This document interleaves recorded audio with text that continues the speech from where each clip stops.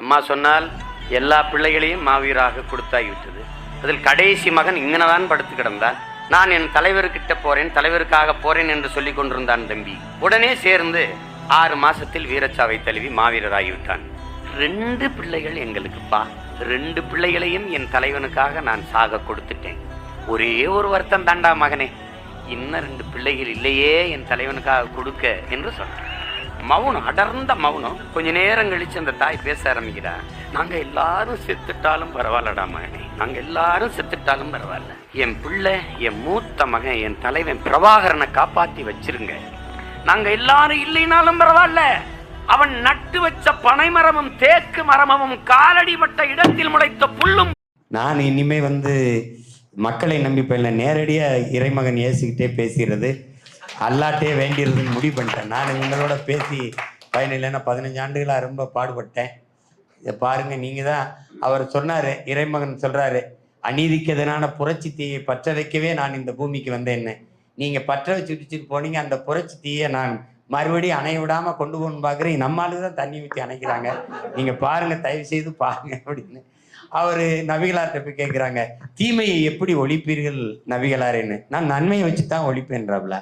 அதே தான் இறைமகன் இயேசுன்னு சொல்றாரு. தீமைக்கு எப்படா தீமை சரியாகும், அதுக்கு ஒரு நன்மையை வச்சு தான் ஒழிக்கணுன்றாரு. ஆனால் இங்கே அப்படி இல்லை, நெருப்பை வச்சு அணைக்க முடியாது. வரலாற்றில் இன்னைக்கு தமிழர் நிலத்துல கருணாநிதிக்கு பின், கருணாநிதிக்கு முன்பு, கருணாநிதிக்கு பின்புன்னு வரலாறை எழுத திராவிட இயக்கங்கள் முனையுது. ஆனால் இந்த நிகழ்வு நான் சொல்ல கடமைப்பட்டிருக்கிறேன். ஒரு நாள் இந்த நாடும் அதிகாரமும் எனக்கு வரும், அதுல எந்த மாற்றம் இல்லை, வரும், வர வைப்பேன். வரும்போது தமிழரின வரலாற்றை பிரபாகரனுக்கு முன்பு, பிரபாகரனுக்கு பின்பு என்று நான் எழுதுவேன். நான் வரலாறை எழுதும் போது அந்த இடத்திலே என்னுடைய மூத்தவருக்கு பல 100 பக்கங்கள் அந்த வரலாற்றில் இருக்கும். அதை யாரும் மறக்க முடியாது, யாரும் மறக்க முடியாது. என்னையே தெரியாத விடுதலை புலிகள் இருப்பாங்க, இப்ப இருக்க மாட்டாங்க, ஆனா அன்னைக்கு. ஆனால் எங்க மூத்தவரை தெரியாத விடுதலை புலிகள் எவனும் இல்லை. மே 18 நீங்க பாத்திருப்பீங்க, உட்காரக்கு இருக்கைகள் 25,000க்கு மேல போட்டிருந்தோம். அதுவும் வலிஞ்சு கீழே இந்த சுத்தி நிக்கிறவங்களே ஒரு 4-5,000 பேர் இருந்திருப்பாங்க.